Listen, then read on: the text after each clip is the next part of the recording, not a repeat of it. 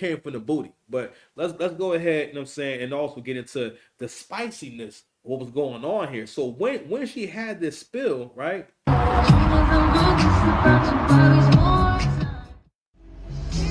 What became apparent was the fact that she is lip syncing, and she's not. I mean, I'm not sure who thought that she would be singing while dancing. I mean, is that a thing that people do? You know what I'm saying? I mean, I thought that if you're doing a high level performance like that you would not be able to like dance and sing at the same time. So I don't really blame him, but I ain't gonna lie, man. It's just like all this shit. I feel like in a lot of different ways, like Kendrick really got SZA out here, because in my heart of hearts, it just something just tells me, I don't know. You know what I'm saying, maybe I'm being a light skin hater, maybe it's the light skinness in me, pause.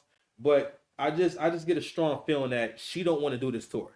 Matter of fact, like SZA, you know what? New conspiracy theory.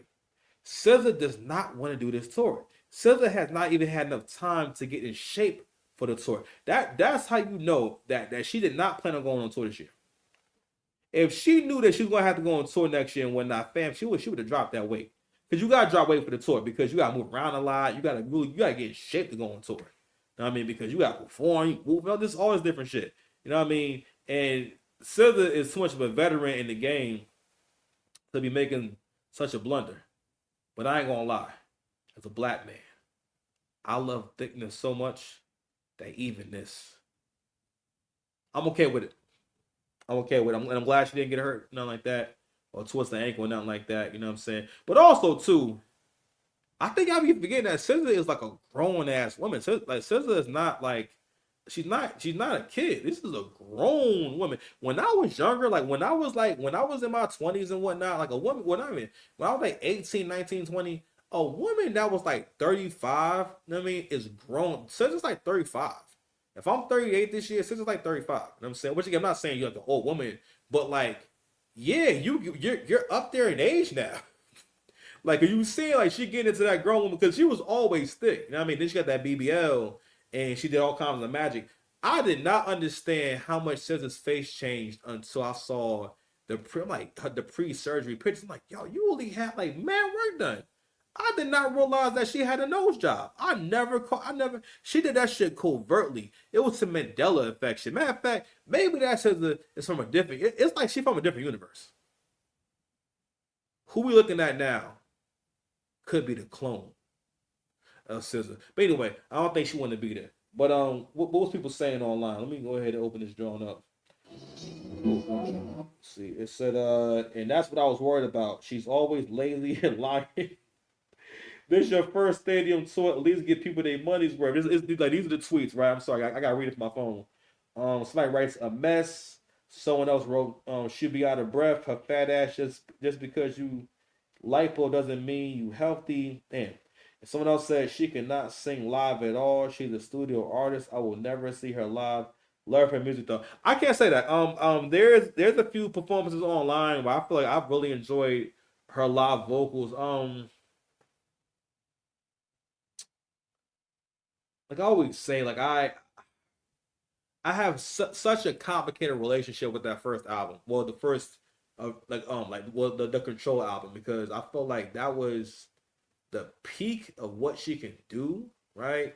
But of course, like when I hear them with new ears, because at that time I wasn't in control of my life. I wasn't the man in the house. I wasn't winning. You know what I'm saying? I wasn't nowhere near where I am now. I wasn't nowhere near just with everything. You know what I mean, so when you don't have shit going on, undesirable. Matter of fact, you relate more to undesirable women. You relate more to broken women, and you find broken women to be appealing because you feel like, ah, well, she's broken, so she's going to think that I'm so stable or I'm good for her and whatnot, and you don't understand that with her being broken again, she's in bizarro world. Everything is backwards. Your good qualities are not attractive. You know what I'm saying? And for the most part, again, I feel like SZA's music and what she represents and whatnot, and I don't think she's a bad person, nothing like that. But like it's like she represents like in the feminist propaganda, the kind of talking and thinking that basically turns girls into cat ladies. Because again, women can't stay young forever. You only have one window of time where like dating and meeting people is gonna make a lot of sense. Not that you can't meet people, but also meeting people is again, it's like getting a good job. You're not gonna run into a bunch of opportunities to get actually get hired at a good job. It's gonna also let you work there until retirement. That's what good relationships are like because they can last a lifetime. So anyway, nasty work, man. Gotta stop lying. I ain't gonna lie though. I love seeing her give. I love when she gain weight. I love seeing Solid gain some weight. you are you shitting me? Oh man, where my sound effects at, man? I got my sound effects going. You know where shoot. Niggas always gotta show it. All right, let's see what else we got, man. I think I had some more clips. So we had one more drawing over here, man. We pull this drawing up real quick.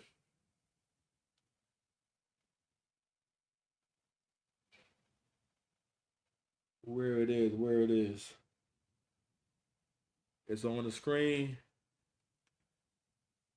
So right now we gonna be continuing to cover this Kendrick Lamar tour, this whole goddamn travesty. You know what I'm saying? So let's talk about this set list stuff. So shout out to Kev Talks. So his caption reads, wait, let me get this straight. You telling me about a good 30 to 35% of this show of two different artists I might add. And mind you, the most sought after parts of the set list are in some shape or form about Champagne Poppy. So let me count the ways. Please join me for a second. So Kendrick Lamar starts to show off on his Crybaby anthem, whacked out murals about Drake and no one supporting him getting the Super Bowl, which he wouldn't have gotten without Drake. That is a key fucking point. I was talking to my boy about this earlier about how an artist and their ego and their stubbornness and their lack of discernment will keep them from becoming great because they won't get the proper support and help. One of the things that kept Kendrick from becoming a better artist was not doing more records with Drake. Future, The Weeknd, everyone who consistently does music with Drake, their music got better and they got better as an artist. 21 Savage. 21 Savage is still here. 21 Savage is very much a part of that wave of artists that like are kind of whack, but good at the same time. You know what I'm saying? But 21 Savage even upped this game. Lil Baby, all these different people. You know what I'm saying? Like I said, Future, The Weeknd. After doing songs with Drake, all them people, they blew up and they all developed musically. Right? But before he even met Drake, that man already had the vendetta because he goes through what all artists go through, which is the girls you love, the women you love, the women around you liking the artist more than you, or basically seeing them as a legit artist and just seeing you as yourself. They don't see you know that they don't see you the same way they see the guy that's on TV or on the radio. So again, Kendrick's verse on "Buried Alive" is very much about how much he was hating on Drake when they first met. Because he was upset about like not upset, but he was jealous of the fact that they were the same age, right? And they were doing the same thing, and he was much more successful. But what it was always about, and I'm going to make this point about niggas that make the kind of music that Kendrick make and Nas makes and shit like that, is that I have to ask, what's more difficult? Creating a moment that can last forever, or creating records that can last forever that people really enjoy, or just having songs that are creative for the sake of being creative, or weird for the sake of being weird. And what it really is that you don't make good songs. Like not again, I like Nas as a rapper, and I'm talking about overall. I'm not saying not all Nas music is terrible, but like it's not the same standard. When you heard a Hove album or a Hove record, you're looking for him to give you one of them joints. And yes, you have an expectation for Nas, but it's not the same thing. If Nas gives you something that's good, you know how to appreciate it.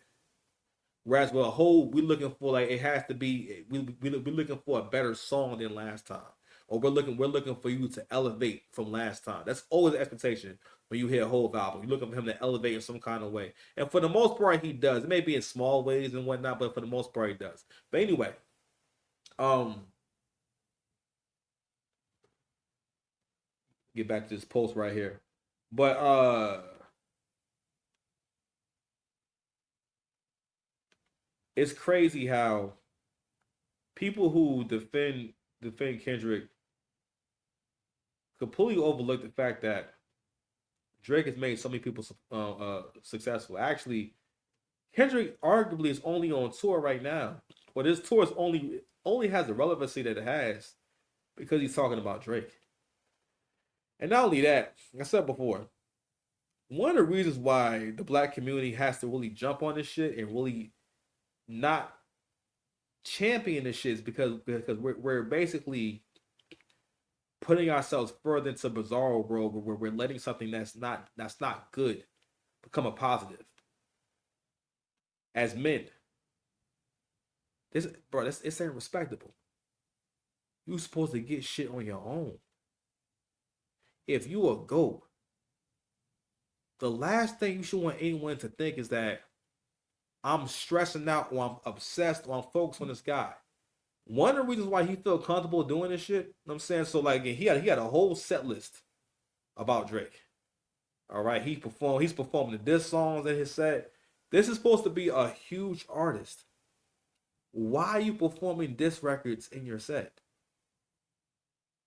And not only that, he's performing not like us. He has to do that song 5 times, back to back to back to back.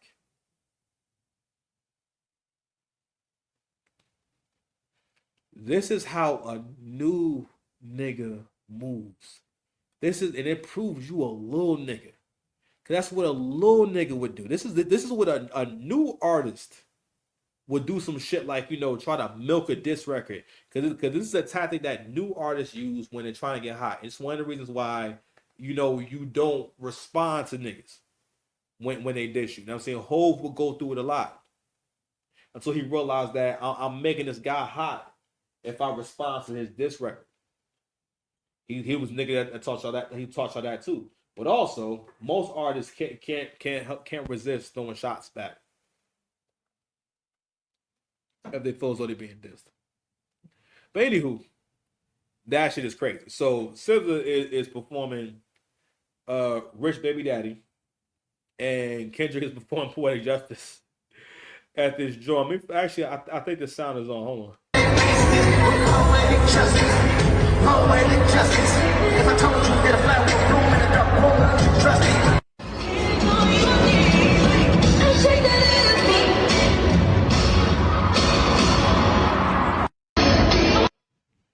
And we know what's really ironic is the fact that all these people who's supposed to be on the opposite side of this beef with Drake and whatnot, with Rick Ross, all these different people, they all, when they're doing the show, they have to perform songs that they did with him because those are the songs that people want to hear. Yet, people will be in my damn comment section telling me Drake's career is over, Drake doesn't matter, Drake is just a thief. I'm like, my nigga, one of the most American things we have it so good in America, right? That even when someone is great, actually, you know what? I want to make it in America. You know what? I'm sorry. Hatred and the abuse of black men is American culture. How about that one? How you like that one? You know what? I'm not playing enough sounds. I'm sorry. My bad. Sorry about that. My bad. Little ninja. I see you, little crusty ninja.